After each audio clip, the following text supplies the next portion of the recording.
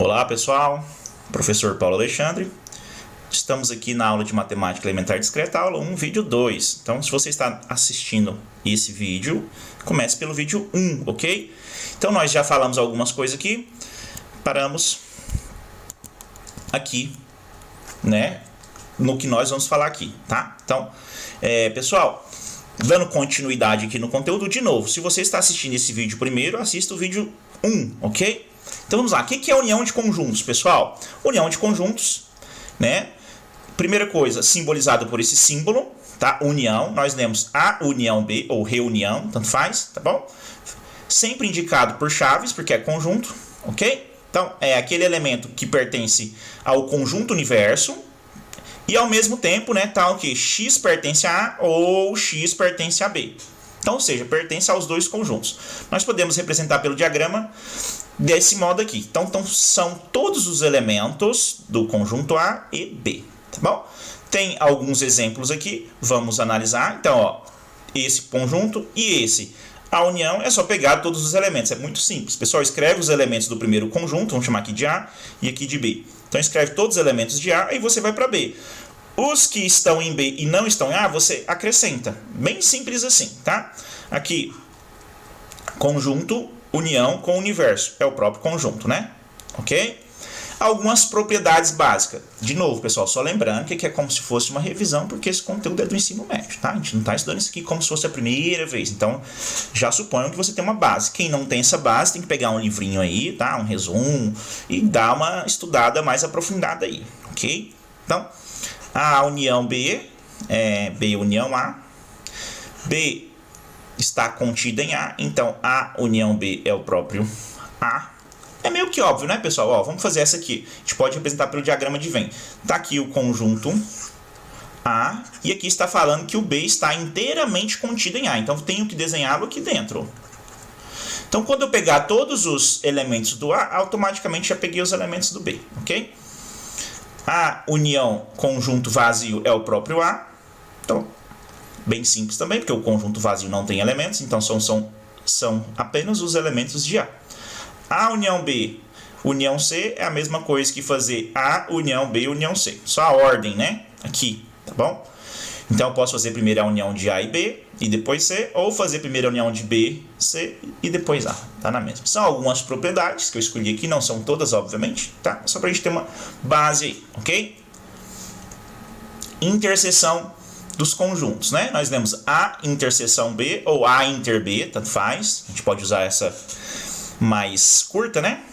Então, são os elementos que pertencem ao universo, tá bom? Só como dica aqui, pessoal, esse conjunto universo, lembra que eu falei agorinha no primeiro vídeo, né? Assistam lá o primeiro vídeo, não deixem.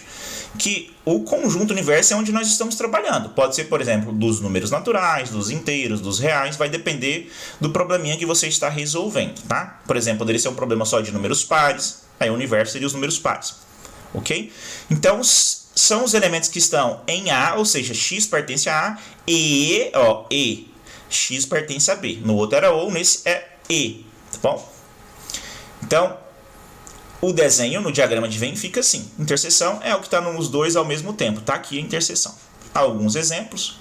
Então, você vai olhar os elementos que estão nos dois conjuntos simultaneamente. Nesse caso aqui, ó, 1 só está no primeiro, o 2 só está no segundo, o 3 só está no primeiro, e o 4 está nos dois. Aliás, eu falei que o 2 está no segundo, perdão. Os 2 está só no primeiro. E o 5 está só no segundo. E aqui, o conjunto vazio. Se o vazio não tem ninguém, então não tem como repetir. Então é o próprio conjunto vazio. Tá bom? Propriedades. A inter B é B inter A, comutativa. Se B está contido em A inter B é igual a B. Vamos fazer essa, né? Então, ó, o B está contido inteiramente no A. Então é óbvio que todos os elementos de B também são de A, ok? A inter vazio é o próprio vazio, já comentamos aqui neste exemplinho. E A inter B, inter C, eu posso trocar a ordem aqui, né, da interseção. Bom, e A inter B está contido na A união B. Isso é bem simples de ver, né? Vamos fazer aqui um conjunto com interseção. Está aqui a interseção dos conjuntos. E é óbvio que a reunião dos conjuntos, ou a união, deixa eu colocar aqui para vocês de azul, escuro, tá? É isso aqui tudo, é todos os elementos do primeiro conjunto e todos os elementos do segundo. Vamos chamar aqui de A e B para ficar mais fácil. Então é óbvio, dá para ver que a interseção está contida na reunião, ou na união, ok? Diferença de conjuntos. Pausa aqui, pessoal. Bom, as duas operações que nós precisamos, pessoal, é de união e interseção. Com essas duas nós definimos as outras, tá?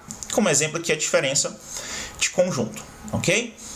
E aí as outras, existem outras operações, vocês vão dar uma olhada lá no livro ou outro material. Para nós aqui, vou falar dessas três. Então tá aqui, A diferente de B, você pode ler sim, tá bom? Ou a diferença entre A e B são, melhor dizendo, os elementos que estão no universo e que pertencem a A, mas não pode pertencer a B. Se você olhar o diagrama de Venn aqui, pessoal, você já tem uma ideia, ó. Então seria aqueles elementos de A do primeiro conjunto, ó, cuidado, tá bom? Menos a interseção, ó. A interseção não seria isso aqui? Então, todos que estão em A e ao mesmo tempo estão na interseção, eu tenho que tirar, tá bom? Então são os elementos exclusivamente de A. Um elemento aqui dentro do vermelhinho, ele pertence a A e pertence a B ao mesmo tempo. E não pode, olha aqui, ó, não pode pertencer a B, tá bom? Tá aqui, ó, os exemplos. 1, 2, 3, 4, 5. Nós pegamos aqui sempre exemplos numéricos para facilitar um pouco, tá, pessoal? Mas poderia ser outros exemplos também. Então, ó, o 4 e o 5 está no A e ao mesmo tempo está no B. Não pode. Então, 1, 2, 3. Como que você faz isso na prática, pessoal? Pega o conjunto A e começa a tirar os elementos que estão também em B, ou seja, que estão na interseção, tá? Aqui um conjunto menos o vazio é o próprio conjunto. O vazio menos um conjunto também é o próprio vazio aqui, tá bom? Porque não vai ter ninguém no conjunto para você escrever. Então, a diferença entre A e B está contida em A, as propriedades, é meio que óbvio, né? Só olhar o desenho, o próprio desenho que está falando, ó. A diferença é esse laranjado aqui, ele está contido no conjunto A, óbvio, pela própria definição. São os elementos de A, ó, tá bom? A diferença de um conjunto com vazio é o próprio conjunto, serve para qualquer conjunto. Vazio menos o conjunto A é o próprio vazio. E A menos a interseção é igual a diferença entre A e B, que eu acabei de falar para vocês, né? Então, dá para definir a diferença de conjuntos, né, usando a interseção, ok? Como eu falei, existem outras operações, tá? Depois vocês vão dar uma olhada lá no livro. Vou colocar aqui, ó, olhar no livro, né? E fazer pesquisas aí também, tá? Pesquisar. Pesquisa complementar. Deixar por conta de vocês aí, pessoal, tá? Por exemplo, no livro tem a diferença simétrica. Aí você vai lá dar uma olhadinha. O que é essa diferença simétrica? Tá bom?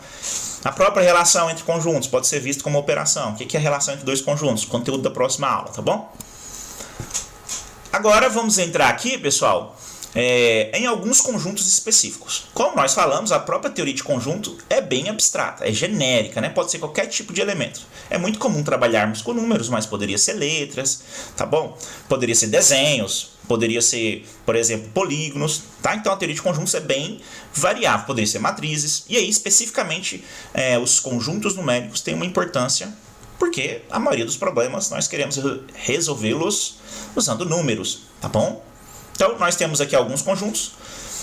A representação pode ser feita pelo diagrama de Venn, pelo diagrama ou pela reta real, tá? E aí, a gente vai falando isso ao longo da aula aqui.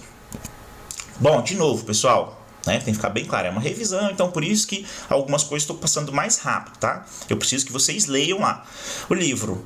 Os números naturais estão ligados aí ao longo da história com contagem, né? Então, 0, 1, 2... ok?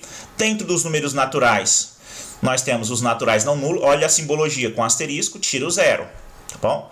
Temos os naturais pares, 0, 2, 4, 6, 8, 10, tá? Às vezes há uma discussão aí, bem filosófica, se o 0 é natural, não é? Se o 0 é par, não é? Tá, para nós aqui, de acordo com esse livro, nós estamos adotando o 0 como natural e ao mesmo tempo par, tá bom? E os números ímpares, 1, 3, 5, 7, 9, 11 e daí por diante, ok? Pensando na história, pessoal, lá no início, né, do desenvolvimento da matemática, os primeiros probleminhas eram relacionados só à contagem, tá bom? Então os números naturais era suficiente. Como eu falei para vocês, com o surgimento do mercantilismo, né, do comércio, houve a necessidade de aumentar esse conjunto. E aí surgiram os números negativos. E aí esse conjunto recebe o número de inteiro. Então são os próprios números naturais, ó, 0, 1, acrescido dos números negativos, menos 1, menos 2, menos 3 e daí por diante, tá bom? E aí algumas simbologias aqui, né? Os inteiros não negativos, os inteiros dos positivos, aqui, ó, tá? Os inteiros negativos e daí por diante. Bastante atenção aí na simbologia, né? Toda vez que tem um asterisco, você tira o zero, tá bom? Então aqui não tem um zero, aqui também não tem um zero. E aqui o símbolo de mais embaixo tá um pouco pequeno, deixa eu colocar aqui, ó. Vai depender do autor, mas tá usando esse símbolo aqui. Então são os positivos sem o zero, né? Não considera-se o zero positivo, ok? Os números racionais. Qual que é a definição dos números racionais? Vamos escrever aqui, matematicamente, os números racionais são aqueles números, vamos chamar aqui o conjunto Q, tal que eu tenho n, d, numerador, denominador, sempre eu faço assim para ficar bem tranquilo, tal que o n pertence aos inteiros e o d também pertence aos inteiros. Ó, a gente usa o conjunto que a gente já conhece. E ao mesmo tempo, o d não pode ser zero, né? A gente não tem fração com denominador zero, ok? Então esse é o conjunto dos números racionais. Todo e qualquer número que eu consigo transformar em fração. Tá aqui alguns exemplos, ó. Esse aqui é essa fração, então ele é racional. Esse é essa fração. O número 2, por exemplo, eu posso escrever 2 sobre 1, então é um racional, tá bom? Aqui nós estamos falando exatamente isso, né? Na fração AB, o B é diferente de zero. Aí fala que é numerador, tá bom? Esses detalhezinhos que nós falamos. Interessante observar, pessoal, que todos os conjuntos anteriores estão contidos nos posteriores. Então, ó, os naturais estão contidos nos inteiros e os inteiros estão contidos nos racionais, ok? Porque o surgimento da história foi assim, né? Através de expansão dos conjuntos. Agora vamos falar dos números irracionais. Existem números que não podem ser escritos como fração. Essa é propriamente a definição de um número irracional. Se eu não consigo escrevê-lo como fração, ele é um número irracional. E nós temos vários exemplos aqui, ó. Tá? Esse número é irracional. Geralmente nós colocamos aqui, pessoal, ó, as reticências, né? Os 3 pontinhos, tá bom? Porque não pode terminar aqui, ok? Se terminasse aqui, já não seria irracional. Raiz de 2, se você usar a calculadora, você vai ver que tem infinitas casas após a vírgula, tá bom? Alguns exemplos aqui de números irracionais. Interessante essa propriedade, né? Se alfa é irracional e r é racional, a soma, a multiplicação, a divisão e a outra divisão, invertendo aqui, né? O numerador com o denominador são todos irracionais. E alguns exemplos aqui, ó. Então esse número é irracional porque essa parte é irracional, tá? Esse número é irracional porque essa parte é irracional, tá bom? E vice-versa, essa divisão aqui, certo? Agora olha só que interessante, aqui são dois números, sendo um irracional e o outro racional. Um eu consigo escrever como fração e o outro não. Agora olha só que interessante, né? A soma, a subtração, a multiplicação ou divisão de dois irracionais pode resultar em um racional ou em um irracional. Há duas opções agora, tá bom? Então, tem exemplo aqui, ó. Somando números irracionais, subtraindo, dividindo, e todos os resultados são irracionais. E aqui nós temos outros exemplos aqui, né? Somando números irracionais com racionais, tá bom? E dando racional aqui, ó. Um irracional com outro irracional vai dar zero, que é racional, tá? Raiz de 8 dividido por raiz de 2, irracional, irracional, divisão, dando um racional, tá bom? Então, cuidado, quando é irracional com racional, sempre dá irracional. Quando são dois irracionais, pode dar racional, cuidado com isso, viu? E para finalizar o vídeo aqui, pessoal, os números reais, tá bom? Que é o conjunto maior, digamos assim, que geralmente nós utilizamos para estudar aqui nos probleminhas da matemática, da geometria, como eu falei para vocês, né? Se eu pego aqui, por exemplo, né, uma figura, um polígono qualquer aqui, e vou calcular, por exemplo, a diagonal, né? Aqui, ou uma aresta dessa aqui, por exemplo, né? Ligar um vértice a outro. O tamanho dessa diagonal aqui pode ser qualquer valor, desses que nós vimos aqui, natural, racional, tá bom? E a representação mais usual é essa aqui, né? Então, um número, ele é real, ao mesmo tempo que ele pode ser qualquer um desses que nós falamos aqui, tá? A simbologia, ok? E aí aquilo, né, pessoal? Um número real, ou ele é irracional, ou ele é racional. Cuidado com isso, é disjunto, tá bom? E aí, se ele é racional, ao mesmo tempo ele pode ser inteiro e natural, tá? Os irracionais estão separados aqui. Na verdade, a gente pode usar uma reta para representar isso. Cuidado com essa representação aqui, né? No diagrama de Venn. É só para a gente ter uma ideia. Na verdade, o número é assim, né? Nós temos aqui, por exemplo, ó, 1 e 2 aqui. Vamos pegar como exemplo. Entre 1 e 2 eu tenho vários exemplos, infinitos exemplos de cada um desses números aqui, racionais e irracionais. Então, eles estão misturados na prática, tá? Aqui no diagrama separa-se só para dizer ou é irracional ou é racional. Não pode ser ao mesmo tempo os dois. Então, entre dois números eu tenho infinitos números racionais e irracionais. E outra coisa, se eu pego um número aqui, ó, vamos chamar aqui A1 irracional e A2 irracional também, no meio eu tenho números racionais. E vice-versa. Entre dois racionais eu sempre tenho um irracional, tá bom? Então, a representação na reta fica mais certa, mais correta. Isso aqui é só para a gente lembrar das definições, ok? Bom, pessoal, nos números reais, nós usamos muito intervalos para representar esses probleminhas, tá? Então, a gente desenha a reta real. Deixa eu tentar melhorar aqui o traço. Aqui, reta real. E aí, coloca o número aqui. Por exemplo, intervalo de 0, fechado, a 2, aberto. Então, bolinha fechada, 0, 2. Dá uma olhadinha nisso aqui. Que nós podemos representar assim, 0 e 2. Ok? Mais um exemplo para a gente fechar aqui. Se eu pegar aqui bolinha aberta, vou colocar aqui em cima, no menos 2, e bolinha aberta no 4. Quer dizer que são todos os números entre menos 2 e 4, com exceção dos próprios extremos. Então fica assim, menos 2 e 4.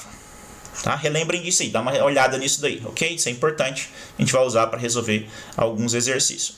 Aqui, conjunto, a gente fala aqui fechado, extremo fechado, e aqui aberto. Tá bom?